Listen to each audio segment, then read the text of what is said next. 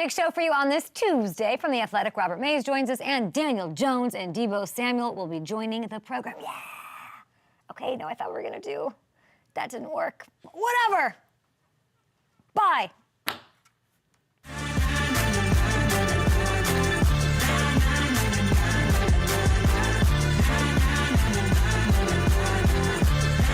That was an epic fail. Can we see the one where she's not happy? Do we have that one ready to go? The one where the famous Chargers fan from last night who was so excited sometimes, and then it didn't happen for them? Do we have the one where she's not happy? Yeah, this one. This is my mood. This is how I feel after the way we started the show. No, we're going to have a great show today. Want to know why? Because Daniel Jones is on the program. I wish she was on the show because she was absolutely incredible at the game last night. Didn't work out for her Cowboys. Yes, she's distraught. She was not happy. Cowboys knocking out the Chargers 20-17. We got Deebo Samuel. We have Daniel Jones. We have Robert Mays on the program. So the Cowboys rebound from the Niners disaster. They get to 4-2, and they are now 10-1 under Mike McCarthy in games following the loss, while LA falls. I mean, what are they going to do? 2-3 heading into their next matchup against Kansas City. That's woof-tacular. Next weekend. There are a few important sort of developments on both sides that we need to dig into, because while the Cowboys offense certainly wasn't perfect, and they hit some womp-womp lulls against a defense that struggled this year for the most part, I think we saw this thing at least start. And I'm not trying to be Pollyanna. I know I'm wearing my like pink poodle fluffy sweater today, and I'm like, so positive. No, like I don't want to make too much of it, but it did evolve a little bit. We should give that some credit and a good look over. First, it was seeing Dak's legs making their way back into the situation. Where have they been? I don't know, but they're in the game plan. At least they were last night at SoFi. His ability to run is part of what's made him so successful throughout his career. And this Texas coast, more like Texas toast, last night offense hadn't really been allowing for that to be part of the vibe, okay? After running just 12 times for 45 yards over the first 5 games combined, Dak had 7 runs last night for 40 yards,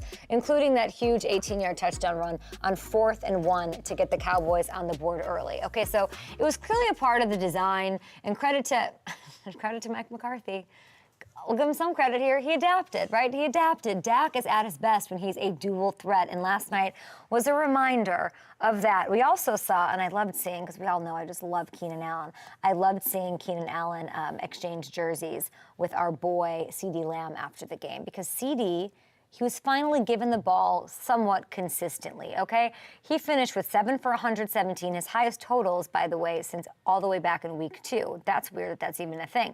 They finally, like the good to take from this, they remembered, and this is for Matthew Hamilton out here, who got, like, no one cares about Brandon Cooks more than Matthew Hamilton, and they somehow, this team remembered him in a big spot, I will say. He came up big on the go-ahead score in the 4th quarter, and Hamilton let our entire show staff know about it. Anybody who's ever worked on the Up and Adam show got a text last night. People don't even work here anymore. They're waking up to alerts from Matthew Hamilton that he got involved in the 4th quarter. Now, again, this offense still isn't clicking the way that we want them to, or in the way that we've seen it in the past with Dak, but there's evolution. There's some progression, and progress gives you some security in life, in NFL action, in all of it. And with the way this defense is playing, it's buying them time to sort of fully figure it out. I'm not burying the Cowboys. I'm with Taylor Lewan. I'm on the train. On the LA side of things, no one loves this Chargers team more than me. I can't believe I didn't even go to the game. I should have been there. But it's another big one that they were unable to cash in on, and they came up short in. And I have to give the Cowboys defense the credit here. The pressure they put on Herbert, especially on the last few plays, it would have given anybody a hard time. Stephon Gilmore continues to come up big in the clutch. He nabbed this game-sealing pick off of Herbert. I'm trying to figure out, because I defend Herbert. He was my MVP choice. And then it becomes the rhetoric online, and it's all due and it's all fair to say, a colleague of mine said, give me the big moment that Herbert has. Give me, the thing you can stamp and say, yeah, but that game, he killed it, and he put the team on his back. So we talk about his toughness. We talk about his raw talent, his ability, all of that. From a Herbert perspective, it's in the gutter after last night, and you can say all the things you want about Staley. You can say, it's not a good look. You have to have a signature win. You have to have what was last year's, October, that dog in you or whatever, to bring that mean back. So getting the ball back, down 3 with under 2 minutes to go against the Cowboys, there's your opportunity to shut everyone up. I love when people shut everybody everybody up. And instead, the game ended with that pick that you just saw. So I can give the credit as much as I want to the Cowboys. Like, it is on Herbert to make the play. And what's most concerning is that it was the 13th pick he's thrown in a one-score game in the fourth quarter in his career. No one else has more than 8 in that span. I believe in Herbo. He was my MVP choice. But I don't know. And I still think he's going to be one of the best quarterbacks this game's seen. I really do. But he's got to learn how to balance aggressiveness and the ability, like the talent, the playmaking, with learning how to protect the ball in key spots. Like, I've said this about Josh Allen a lot as well. Like, I'm not going to use any of the other loaded phrases being thrown out about him in regards to like what he is in clutch situations or blah, blah, blah. I don't know if that's true yet, so I'm not going to say it. I just think he's got developing to do, and he truly, and this might sound harsh because Chargers fans know I love him, you squandered a big spot. This is a real opportunity for you, and I can just hope that it's a learning thing going forward. Because TikTok, we got a game in Arrowhead, and you know T-Swift is going to be there. And so we're bordering on must-win now. And, I mean, is Travis Kelce back in Kansas City? I was texting Marissa last night because he was obviously at the Phillies game. She's wearing a Phillies hat. Great win, by the way. Go Phils. I'm only into it because of you. Literally, I'm only watching because of you. I brought you a rally towel. Okay, let's see this. Now, where did you get this? My dad shipped it to me. Woohoo! Rally towel! We're into it. Everybody's pregnant on that team, right? Everybody's having babies on that team. We love a fertile team. We love that about them. They have a glow about them. They look good. The Kelce's were at the game yesterday. Yes. Give me a little, like, what do I need to know?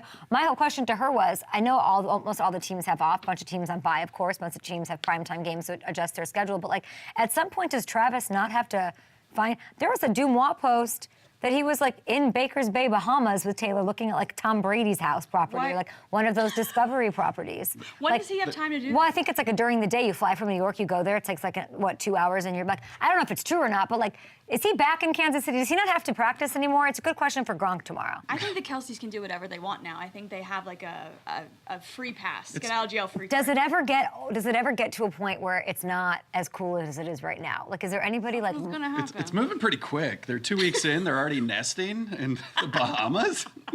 That I don't know, but that was a Dumas post. Interesting. Yeah, Marissa spent 24 hours looking at stuff to ask Debo and like deep dives and like into the innards of the relationship between him and the big guy Trent Williams, and I was on Dumois. I was on Dumois saying, Baker's Bay? Well, Brady does have a Discovery property there. Kim Kardashian visited it long ago. Just connect the dots, people. Okay, also, and congrats to the Phillies. I want to touch on a few games that we didn't get to talk about yesterday. We're going to welcome Debo onto the show, Daniel Jones, Robert Mays at The Athletic. But we're going to start here in Tampa, where the Lions put a damper on the return. Nobody's has creamsicle rally towels. Let me tell you, those have been retired. They aren't even printing those because the Lions dominated from start to finish. They had a 20-6 win. Gronk promised me this would be the game of the week. Okay, Detroit moves to 5-1, easy peasy. They open up a 2.5-game lead in the NFC North. Jared Goff gets the game ball from Dan Campbell. Everybody's happy. The defense looks legit, and they make another strong case that they are one of the top teams in the league. No, they don't make a strong case. They are one of the top teams in the NFL this year. Jared Goff looked better than he's ever looked. Strongest game of the year. 353, 2 touchdowns. If you drafted Jared Goff to be your fantasy quarterback, props to you. Like, amazing. His connection with Amon-Ra St. Brown has become one of the best the NFL has to offer, and still, not enough people are talking about it. Amon-Ra had 12 catches for $124 and a touchdown, okay? And one of the 2 touchdowns that Jared Goff threw.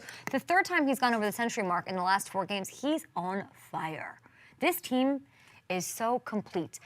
When I get to, obviously, like, you can't tell them, you look for the most complete team and you ride that wave, and that's what you do. And it's hard to not be on board. Everybody that's been on our show's been on board. Hall of Famers have been on board, 2 of them. One that played for them, one that played against them a lot, and Chris Carter. I mean, we had Megatron on early. He's not one to be like on board with the Lions for no reason. He's on board with the Lions for a great reason. They wear you the F down, okay? Gronk was excited about this game. The Lions were, and Tampa Bay had to hate it because anybody that showed up at Raymond James excited about these jerseys, like, you got your soul sucked. It was a soul-sapping situation. The Lions dominated at the time of possession. They wear you the F down, and they control the entire game. And if you look at the Bucs side of things, it stings. You would love to come up with a a bigger game in such an important situation. The Falcons, the Saints both lose. Like, couldn't you capitalized on that? And they do still sit atop the NFC South. They're sitting there at 3-2. So it was not a wild game, kind of a boring game, but like, shoot, like these Lions are just taking care of business. That's just what they're doing. And I think it's because of Cristo Fernandez. As we talked about. I'm not kidding. Cristo Fernandez of course, Ted Lasso fame, Football is Life, randomly, I think, threw a dartboard, just like Ted Lasso did in that pub in Richmond, where he was playing against that bad guy, the villain in the whole Ted Lasso show. Cristo was like, which NFL team? Poof! And he hit the Lions, and all of a sudden the Lions are the hottest thing in football. Like again, I will say, connect the dots, people, as we do here on the Up and Adams show. We didn't talk about this last week, and I know it's like real estate's real tough to. But there's like a big fight about real estate on our show. Who do we talk about? When? How much love? What do we need to do? And so to give Cincinnati love on a Monday or even a Tuesday was a fight because they got a bye this week, and like we're going to talk about the Bengals because they found a way to hold off the Seahawks 17-13, and they managed to claw all the way back to 3-3. I cannot tell you how important it is that they are at 500 going into this much-needed, importante, vibed bye week, okay? And it was a bizarro game. I don't know if y'all really watched this one, but it looked like Joe Burrow and this offense were going to pick up right where they left off last week. So check off these numbers. Burrow, nearly perfect in the first half. He completes 15 straight passes at one point, tosses 2 touchdowns. But the offense there's something weird and bizarre that happened. I don't know, like they went in and then they came out and there was a standstill in the second half. They could only muster up 3 points. They could barely move the ball. And it's clear this offense still isn't like clicking on all cylinders. They're not 100%. We certainly haven't seen the best of them. Didn't like that pick either with the Jamar Chase one. I don't like any of that. And I still have my questions about the play calling, and I still have my questions about just some of like big time decisions in key situations in the run game and all of that. But hopefully they do work it out during this bye week because they got it tough. They got the Niners and the Bills coming up on the schedule. But like I said, 3-3, very important. They can easily turn this around. And they're like slow starters. They don't like to come in and some people grew up in chaos, okay? Some people grew up, at least you were laughing. I've learned so much about myself in the last year. You guys have no idea. It's amazing. Some people like to be backed into a corner and they thrive in like the live bullets. And maybe that's what the Bengals are. I'm not kidding. Maybe that's what, like, Burrow just likes to be, they just like to not come out on fire. And they really rarely do in like a September, October situation. So, all right, what else do we have to do? We're going to give love to the defense, right? Because they stepped up massively with this game on the line over and over again. I said on Friday, it's all about stopping the run. They were 31st going into this past week's action, week 6, with run defense. And I said, the Seahawks will win the game if Kenneth Walker gets going because they got to take care of him and stop it. And they got to say, Gino, we love you. Beat us through the air. You're a great story, but can you beat us through the air? And that's exactly what they did. They held Walker to 60-ish yards on 18 carries. They were all over Gino when he dropped back. They took him down 4 times. They picked him off twice in the second half. And they came up with not 1 but 2 goal-to-goal stops to seal the win. This was championship-level defensive stuff on Sunday. And this is what the great teams do. When one side of the ball doesn't have it, the other side picks it up, and this team still has ground to make up, and we're going to talk to our guy, Robert Mays, about this from The Athletic. But listen, life's good in Cincinnati right now going into the bye. We got Deebo Samuel on the program. Robert Mays joins us. We're going to work our way out of some of the maze of the NFL heading into, I can't believe it's week 7. 7. Oh, scary movie, Spooktober. Is 7 considered a spooky movie? No. Like it's a psychological thriller, right? That's still spooky. Is it? Is it called 7? The Brad Pitt, What's in the Box? Brad Pitt, right? Yeah. What's in the box? What's in the Coming box? up. Our good friend. I can't tell you what's in the box. I can tell you what's coming up after this break. Daniel Jones is here. Daniel, you're taking like a glam photo, like a prom photo at JCPenney right there. The pensive elbow on arm in your wrist, arm in your palm. I can't speak. Everybody's hair's on point. This is cool. All right, we got to talk about it. Yeah. What? Okay, so what are we going to do?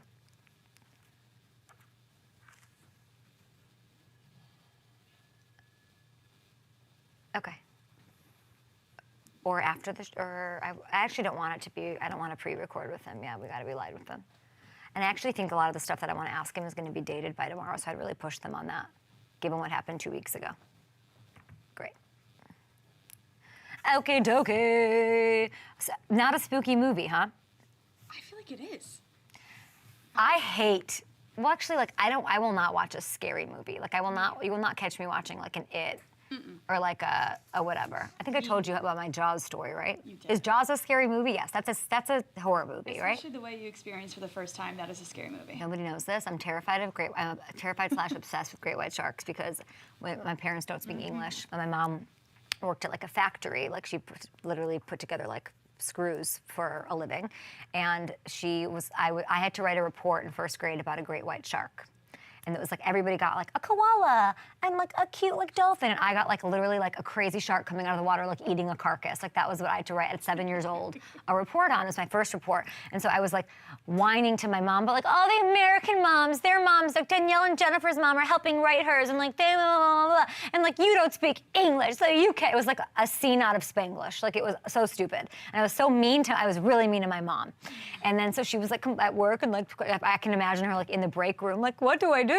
And so she brings home, she's like, guess what? I have a movie for you. It's a documentary, and it's going to teach you all about great white sharks. And a girl at work told me about it, and whatever. She puts me in the basement, which I was absolutely terrified of anyway. Puts me in the basement. I remember it was thunderstorming. It was in Chicago. My older brother and sister were like at sleepovers. They were out of town. My mom was watching like General Hospital upstairs, or Young and the Restless, or some shit. And she puts me in the basement, and she's like, I remember she was ironing upstairs. Thunderstorm, dark basement. She puts on Jaws. Presses play, goes upstairs, and I'm like, she thinks I'm watching like a PBS doc. Like, what are we talking about? And I'm sitting there, and I'm like, so my report, literally, there was a parent-teacher conference, the whole nine, and I had recurring dreams until my teen years of like a great white shark attacking me, eating my pinky. Like, we'd go to Florida for like a Christmas vacation, and I would sit there and stare at the water. Like, my brother would be in the water, and I'm like, he's gonna get eaten. He's gonna get eaten. And I still won't even, I will not go in the ocean. I will not go in a lake. I will not go in anything. My mother, we went to Universal Studios, and we went on the Jaws ride. I threw up. Oh, no. I threw up after. I gave myself a migraine. And we're back. Woo! My next guest is the starting quarterback for the New York Giants. Please welcome, everybody, Daniel Jones. Hey. How's it going? I'm awesome. We're great. We are just hanging out. Are you a Halloween guy? I like Halloween. I'm not a huge Halloween guy, but I like Halloween. What's like the best costume, your favorite Halloween costume of your life, your young lifetime? I was Steve Smith one year when I was a kid, and growing up in Charlotte, I was a big Panthers fan, a big Steve Smith fan. So I had the helmet, had the shoulder pads, the whole deal. Does he know this? I know he knows you're a fan of his, but does he know that story? I don't know if I've told him that one. Yeah, he knows I was a big fan of his growing up, though. You dressed up as Steve Smith, the toughest player like ever. I love him. That's amazing. Do you guys have a good? I mean, he was all over the London coverage over the weekend, and he was getting it from which Broncos receiver? Jerry Jeudy was all over him. What'd you make of that? Did you see any of that? Yeah, so I saw a little bit of that. That was the Thursday night game, Kansas City, right? Yeah. Yeah. What'd you think? Were you like, oh, Steve, being Steve? Yeah, I mean, it reminds you a little bit of his, when he was playing and just how competitive he was, how tough he was, and he was always mixing it up with somebody. But you're nothing like him as far as mixing it up with anybody. Like, it's very funny that was your favorite player, but you're so. Yeah, I was a big fan of his, and his toughness, the way he competed. He never stayed on the ground long. Never seemed like he was affected. Was never scared of anything, and would go up, get the ball, would never shy away from contact or anything. And yeah, I just love watching him play. And that reminds me of you as far as toughness is concerned and how you handle that. And I'm just imagining you being like, trick or treat. They're like, oh, here's your almond joy. And you were like, ice up, son. And you're just like yelling at them as they open the door at some poor suburb in Charlotte somewhere. I love that. Okay, the toughness is a good transition here because that's what you're made of. We see it, you're going through it out there week in, week out. You didn't get to play. We talked to you about your neck injury when I was in London last week, and you seemed, you were doing everything you could, and I know that, to get out there and be able to play last week, and you end up sitting out. Give us an update on what kind of kept you out of that game. Yeah, I mean, I think obviously still dealing with some of the symptoms from it. I'm not going to get too specifically into what exactly they are, but I'm trying hard to get back. Still dealing with a little bit, but trying to do everything I can to heal up and prove to the doctors and trainers that I'm ready to go. I was asking people to hit me up with questions on Twitter, and there was a lot of what is his, like, we know he's really tough. We know he's going through it. We're seeing these hits. What is his recovery process? Like, what do you do to get ready or give yourself the best chance to be available? I think there's a lot of stuff you can do treatment-wise, working with our trainers, and that's a lot of like soft tissue work, needling, and then exercises, rehab exercises, and just trying to get everything working again, and doing what it needs to do. So that's where I'm focused, and it's frustrating. Obviously, you want to be out there, you want to be doing what you would normally do, and getting ready to play, but doing all that stuff and trying to prove to doctors and trainers I'm ready to go. What was it like not playing this past week? What was your vantage point? What was that like? It's tough. It's tough not playing. You want to be out there with the team, with the guys, and helping win. But I thought we played well. We played hard. Just came up a little short there at the end. It was a tough way to finish, but I thought we played well. I thought Tyrod certainly played well too. I mean, we asked you once, who's the one guy on your team that you would trust to fly you around on an airplane and be a pilot? And you said it was your buddy, Tyrod Taylor. You're in the quarterback room with him, and he came up short, like you're saying, filling in for you, 14-9 loss to the Bills. He played well. How much were you involved in helping him prep for Sunday?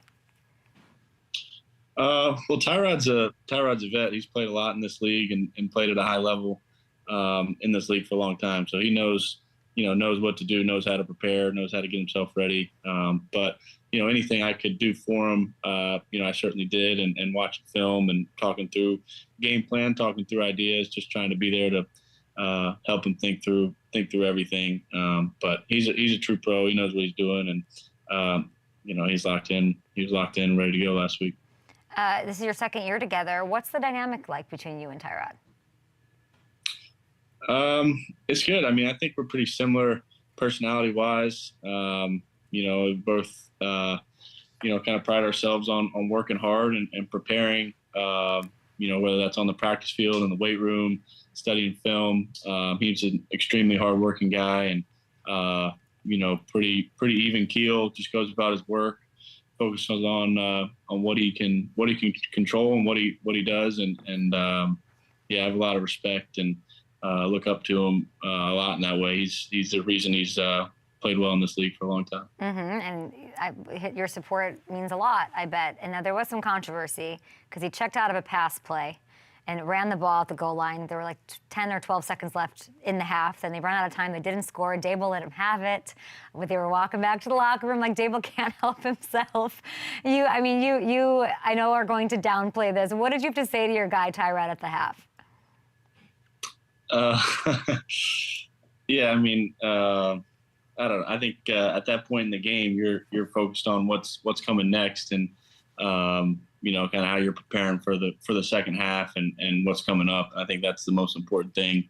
Playing quarterback, playing the position is what's coming next, and how do I prepare for that? So we talked about it, and he got going, came out and played well in the second half. Yeah, the Bills wide receiver, Gabe Davis, was on my show, and he, of course, has played for Dable and McDermott, and he claimed that, or he told us, and I didn't know this, that Dable, when they had a road game, he'd be outside smoking 4 to 6 cigars a day. Can you confirm or deny those reports? That's a lot of cigars a day. That's just a lot. I don't know if I can confirm or deny, but you can ask Dave. You can ask Dave next time you talk to him. I will. I was just trying to get you in a little trouble, but not like bad trouble. Just, cigar trouble. It's fine. That's wild. That's absolutely crazy. And then there was this thing I wanted to ask you about with Darren Waller, because I've been asking you to get Darren Waller more involved in this situation. And there was the pass to end the game. Taylor Lewan said that he liked it. because he loves a no call, and he called, he said something really mean about the referees that I won't repeat here because you're an active player. But he said, you got to let the boys play. What do you think? Should they have called the DPI? I mean, from my perspective, I think there's a lot of contact. Yeah, there's a lot of contact.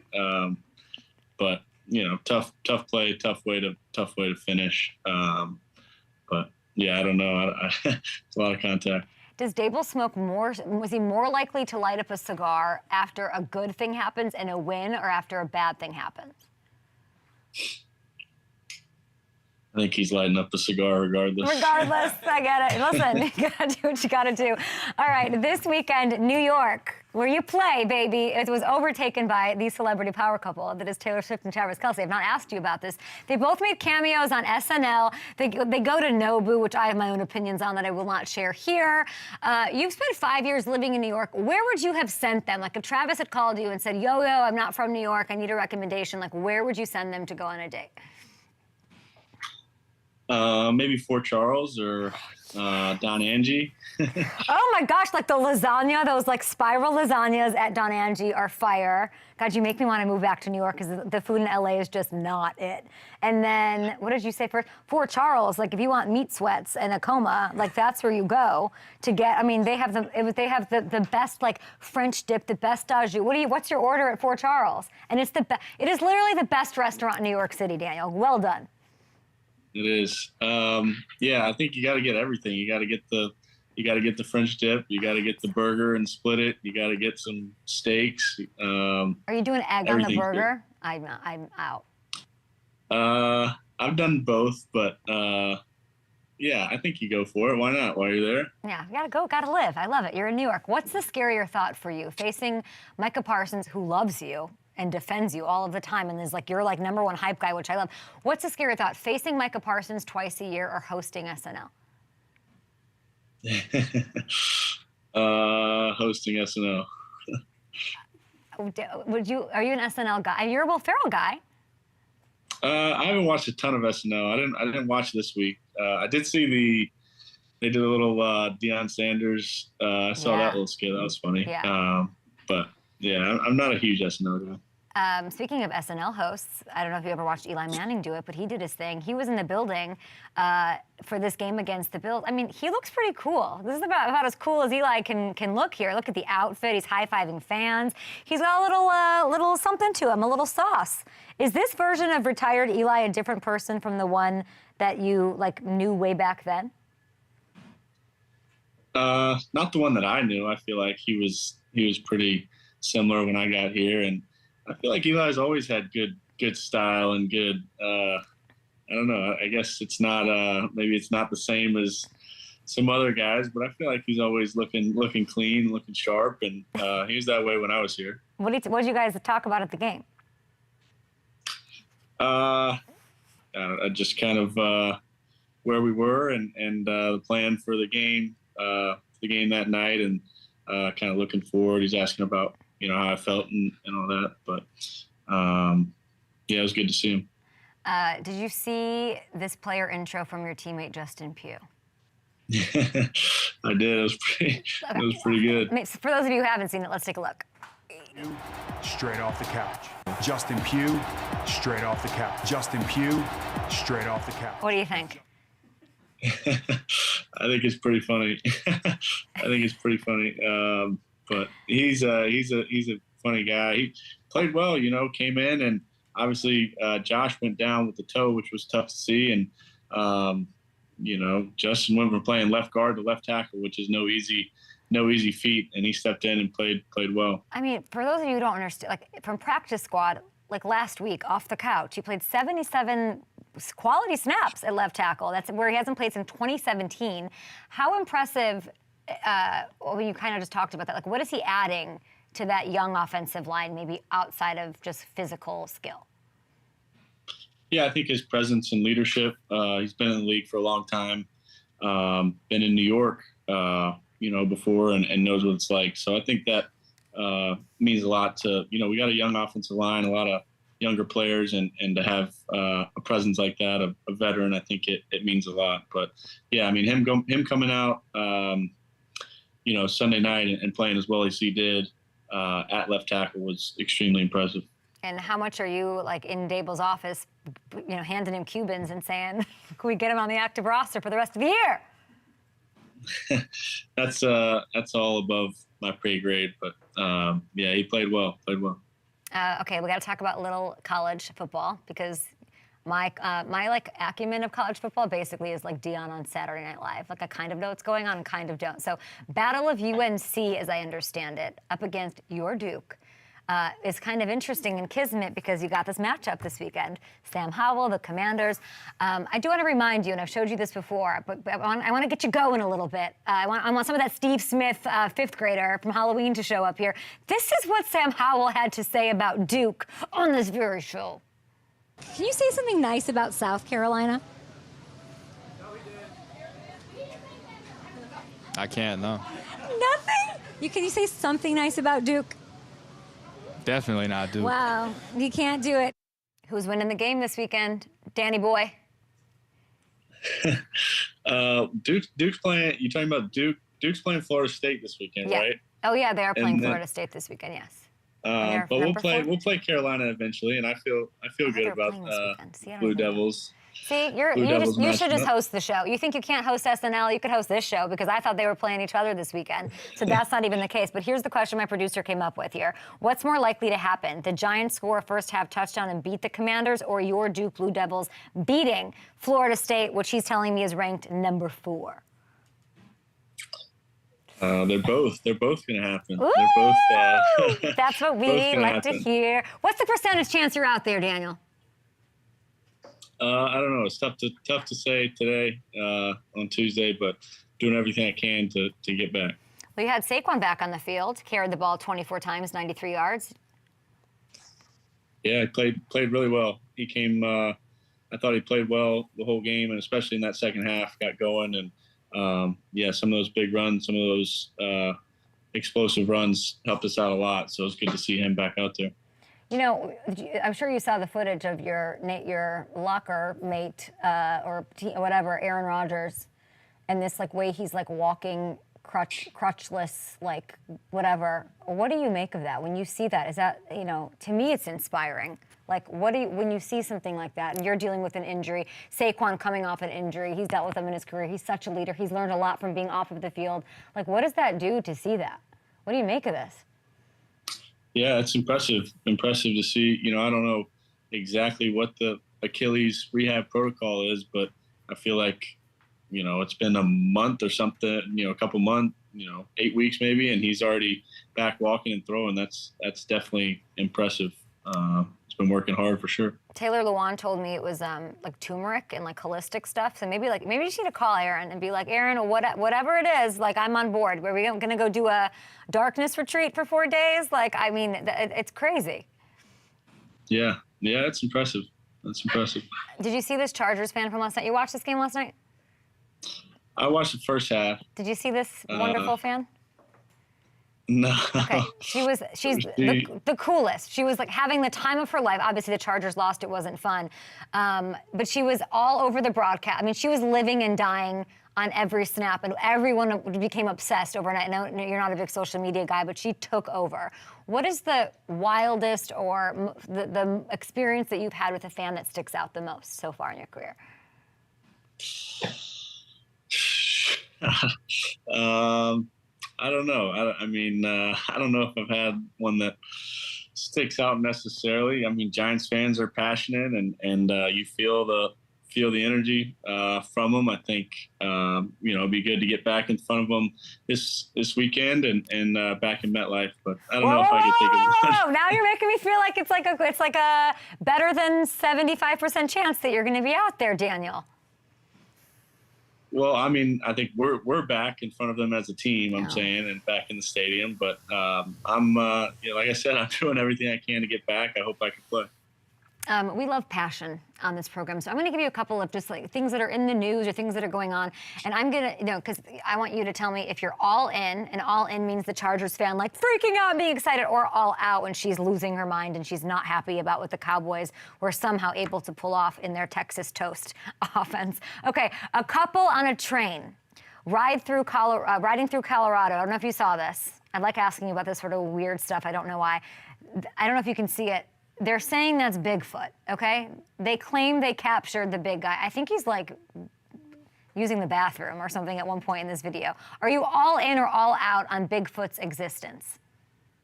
I'm all out. I think that's just somebody walking around. You need somebody walking around. Who could that be? Eli Manning? Are you? I mean, I didn't see a quarter zip on that Bigfoot, so I don't know if that's him. Okay, so you're all out. How about, okay, Panther punter. Did you see this? Johnny Hecker. He headbutts the Dolphins' Cameron Good, who had an egregious flop and drew a flag. Are you all in or all out on a skill player flopping on a punter to draw a flag?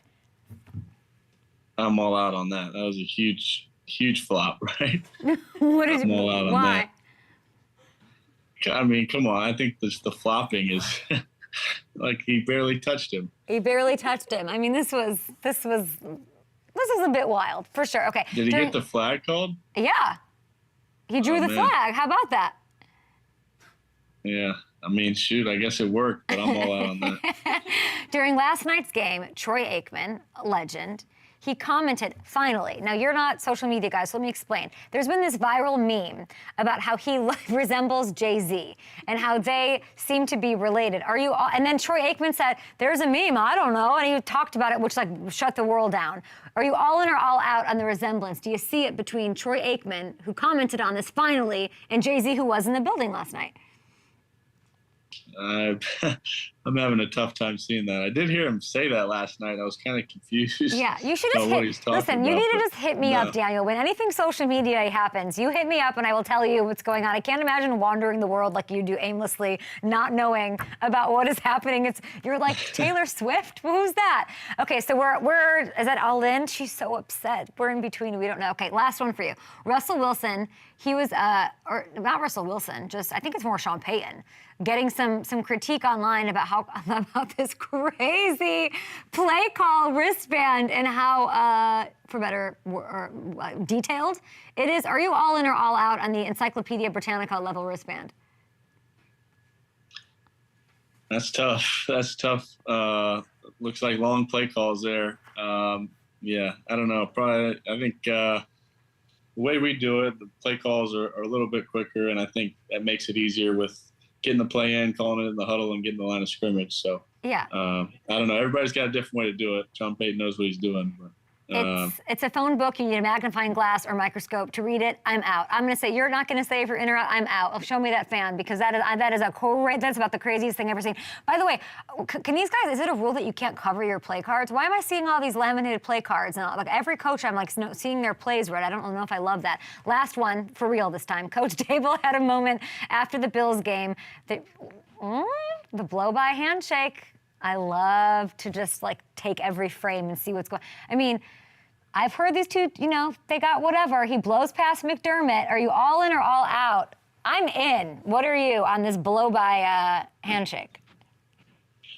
I mean, obviously it was a tough game and a tough finish, and I think, there's a lot going on, and people probably try to take too much from it. So I don't know. I wouldn't.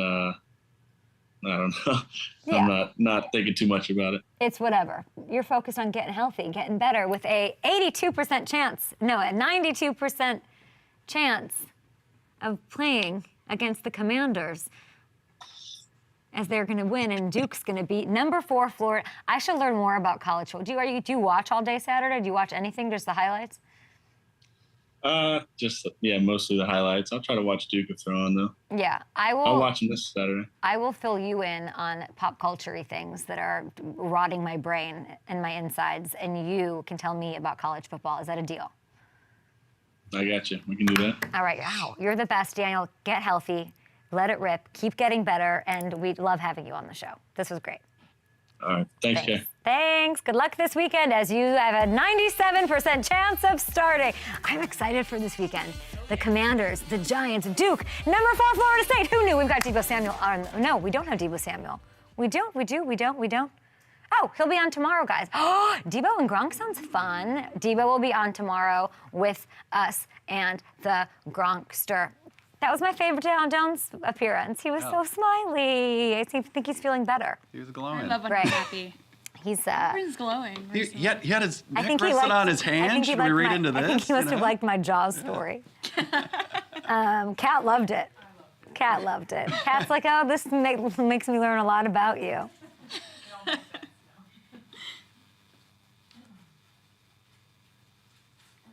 Okay.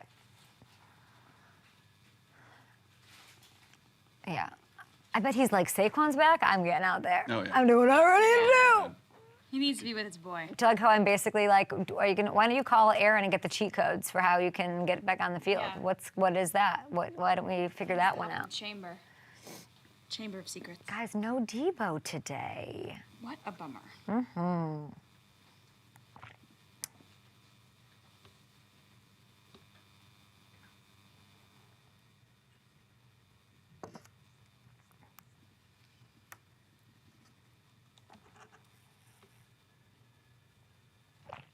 Okay, guys. I already forgot what he told me is coming up. Pick me up. We're gonna do waivers. How are y'all doing on your fantasy teams, everybody? Out there on the YouTube. Sound full out of break. We're gonna do.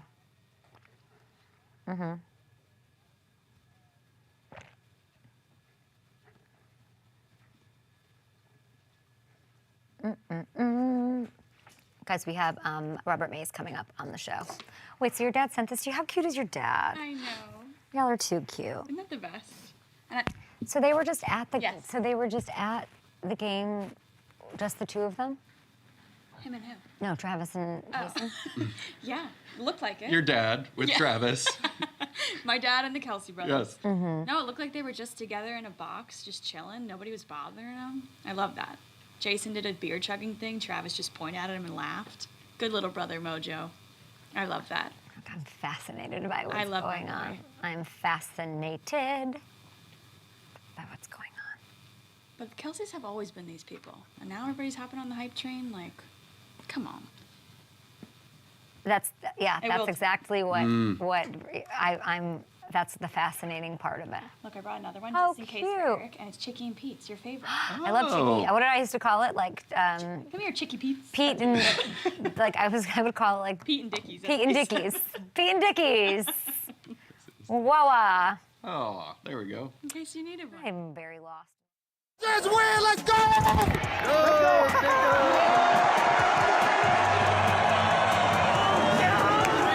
Got them done, man. Go round. What that is, 3 in a row? It's all about a division, baby. Yes, sir. Hey, we won.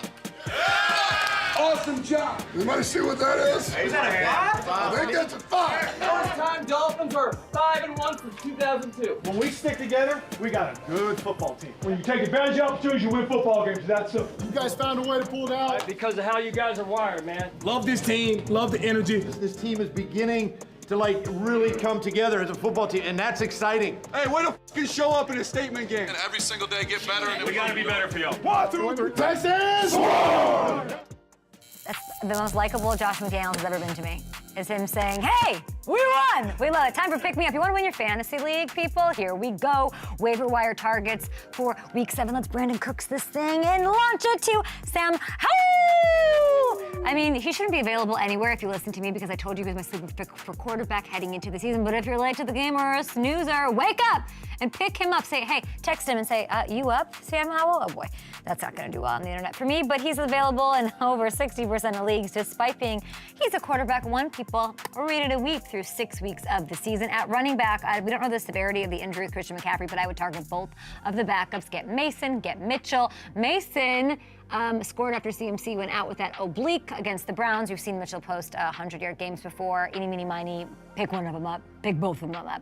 And another running back for you, Craig Reynolds from the Lions. Okay, David Montgomery, he was hurt. Gibbs, he's been dealing with a bit of a hammy. Reynolds, he just could be in line to get some work on Sunday against the Ravens. So there we have it. Rally towel for the Phillies. And let's pick up Sam Howell and Jordan and Elijah. And let's pick up Craig Reynolds as well. Oh, no Chicago Bears on this list, but we've got a Chicago native up next. Mr. Robert Mays. This is very cool that he sent this to you. I know, isn't that sweet? Yeah. I love that. He got on the national broadcast too at the game, right? He did. Yeah. And he's in the Jason Kelsey docuseries, right? At the My bar? uncle is. Your My uncle uncle is. is. My uncle. That's too funny. I wonder how many people in Philadelphia could say, like, my uncle was in that. My I know. aunt was in that. I told Somebody someone was in that at the bar yesterday, and Yeah. they were like, "Oh my God, no way, is he a celebrity?" I Now said, is no, he's just a bystander. Jason Kelsey's wife is Kylie Kelsey. Yeah. It's an interesting name. Obviously not her choice, kind of. Whatever. Anyway, is she in? Is she like Is she like a Taylor Swift? I know, but I know that. But like, is she like loving this, or do you think she's like? I think she's a little eye roll. I think she I likes wonder. to stay off to the side, and she thinks this is all like for show. She thought Travis Kelce's Catching Kelsey reality show was absolute BS. So I can only imagine what she was thinks not this wrong. is. So Exactly. okay, got it. She's Interesting. She's really down there. Now, have you come around on Taylor Swift? Because you've always been a little shifty Swifty. No, I'm still keeping at an arm's distance. I'm just so sick of the sideshow. Like, can we get back to? But you're fine with them being at the Phillies game last night on a work week. Yeah. Oh, I am. Chugging, Got it. chugging Bud The boys Lights. gotta have yeah, fun. they had them in koozies. Keep the morale up. I don't mind. Yeah. Okay. Wait, what? Steve Smith. Oh. You only get that here on the Up and Adam exactly. Show. What was Daniel Jones for Halloween in 2004? Hitting interviews. Yes, we got it. I want Daniel Jones's parents on the show. I want, or a sibling, or a cousin. Mm-hmm. I want to dive deep into Daniel Jones's psyche. You do. Haven't I been saying that? Yeah. Yeah. Into his psyche? Yeah. Yes. I need to peel back the layers. I want to see. Do you think there's many layers? It's like an do. onion. It's an onion, and we're gonna peel those layers. Like Shrek. I think he is the kiss meth. I think he's that guy. Who's the guy who played the Sean Payton meme or the King of Queens? What's his name? Oh, Kevin James. He's Hitch. He keeps it right here. And like in Keep Hitch, it when simple, he's simple. dancing. This is where Daniel Jones stays. He stays right Where here. he lives. This is where he lives, where he's comfortable. That's what I think. You think there's? I mean, everyone has layers. I'm not saying he doesn't have depth. I Yeah. just think that like, good luck getting there. I know. Hard-hitting journalism. I'm on the case. I get so offended when anybody's like, you know, what do people say? Like, you know, trying to like make an interview for him or try to, you know, whatever. And I'm like, no, I'm gonna do it. Like, I'm like, Yeah. Daniel Jones and I are gonna be best friends by the end of the season, you guys. Literally. You're smiling so much. Great. All right, this is our guy, Art Stapleton. We love you. He wasn't feeling well, I think, or something was going on with Art Stapleton. We hope you're feeling better. Daniel Jones, witness Steve Smith for Halloween, 1 year growing up in Charlotte. That's the kind of intrepid reporting that you only get here. You know who does a better job than me at everything? Our next guest, Chicago native, host of and showrunner of the Athletic Football Show, Robert Mays. All I could get out of him was that he dressed as Steve Smith 1 year in Charlotte in like 2006. That's all I got. Listen, that's a huge nugget. I would love to see that costume. The fact that there's no photographic evidence is a little bit disappointing. Yeah. I had some pretty bad costumes as a kid, so Halloween is not my strong point. Tell me more. This is what I do. This is what I do. I'm the show of note for people talking about their Halloween costumes. Ha! Take that. I want to say I was probably 6 or 7, and I have 2 little brothers. And so a group costume was typically the easiest way to just take care of it all in one fell swoop. Okay. And 1 year we went as the Teenage Mutant Ninja Turtles, but my parents were too cheap to buy us costumes. So my mom, either she made them or someone else made them. We had homemade knockoff Teenage Mutant Ninja Turtle costumes. I love that. Which There's there like are a pillow, photos somewhere. a trash bag, some spray paint. You are not far off. I mean, Yeah. there was some like felt construction paper involved. Yeah. I don't know. There was like a bow made of taped together paper towel rolls. That's what we were rolling with. So that's how we did stuff Was back in it the like day. a fight to the finish over who got to be Raphael?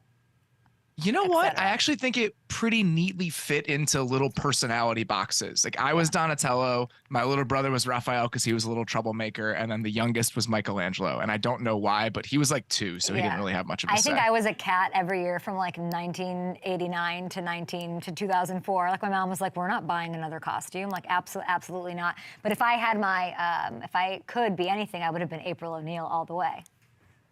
The new Teenage Mutant Ninja Turtles movie, the animated one, is very good. If you're looking for something to watch on streaming, it's animated, it's very sweet, it's well done. Seth Rogen and his production company did it. if I'm not, maybe not for you, but for people out there who have like an emotional attachment to Teenage Mutant Ninja Turtles, it's a good 90 minutes if you're just looking to throw something on. Although, Like I mean, when Disney, I'm not like an app gal. I don't even think I have like my like login for Hulu or whatever. I don't have anything. Like I bother Marissa all the time with this stuff, but like Disney Plus, like I come for Gargoyles and stay for X-Men or like whatever. Like I'm all in on. Did you ever watch Gargoyles? I did. I was very much a creature of like 90s animated shows. So all that stuff was on at full rotation in my house. They're yelling at me. They're like, there's 7 minutes in the show. Do you want to talk some football with Robert? Fine, we will. Last night's game comes down to the wire. Cowboys holding on. They beat the Chargers. The boys were able to bounce back from the embarrassing loss to the Niners. From what you saw last night from Dak, finally using his legs, which we love, from the Texas Toast offense, which just reminds me of being a Packers fan somewhere in the mid-2010s. What gives you confidence that they can maintain this as the season progresses?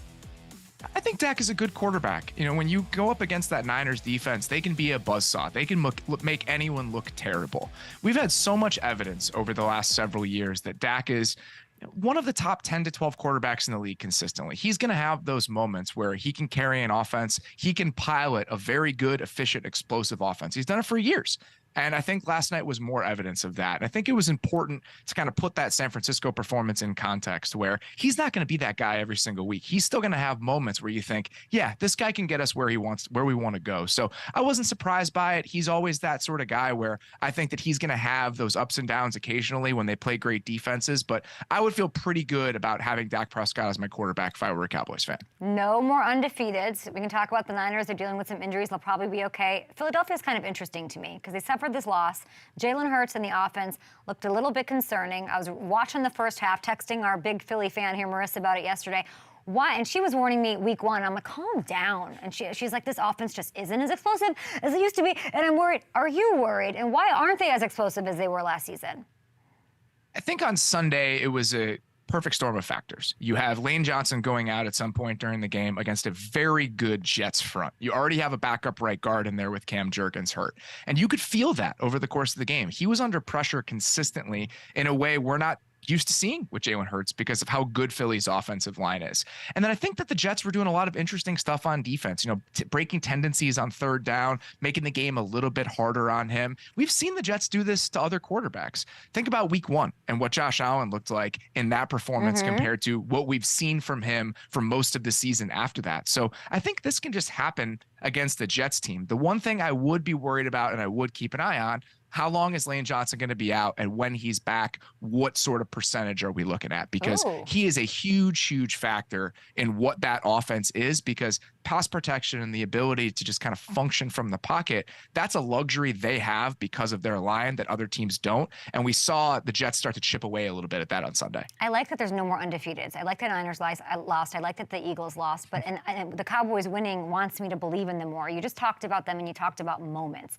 Can they, should I have more faith in them after a win like last night, or just with what's going on the team? They have the talent. I get it. Mike McCarthy is a tough sell for me. Can they win this? Can the Cowboys win the Super Bowl with moments? Yes. I think they can, just because they, for whatever reason, San Francisco is a nightmare matchup for them. They struggle with the Niners. So if we get to another point in the playoffs where they have to play against that San Francisco team, potentially on the road, that does give me concern. But this team is so talented, and it's beyond the offense. When I watched them play last night, even though they only sacked Justin Herbert once, I want to say, over the course of that entire game, he was consistently under duress. If you have a front that can control games and dictate what that matchup looks like for 4 straight quarters, the way that Dallas consistently can, you're always going to be in it. And that's the sort of talent that they have on defense. So even if the offense has the Mike McCarthy element, is harder to get excited about, I still think their roster talent top to bottom can get you there. I don't know. Daniel Jones told me he'd rather face Micah Parsons twice a year than host SNL. I think that says more about Daniel Jones than it does Michael Parsons. And I love it. All right, everybody's bananas about the Lions. And there's this they're like one of the best teams in the NFL, with the Eagles, with the Niners falling. Where do we put the Detroit Lions in the hierarchy of best teams in the NFL, Robert? They're right there. We did a show last week where we were trying to do a little bit of a hierarchy reset just because it felt like it had gotten a little bit confusing. And I think we had the Lions like 4th among all the teams in the entire league, and that didn't feel wrong. They're playing so well on both sides of the ball. We saw what the ceiling for their offense could be last year. They were a top 5 offense, any metric that you looked at.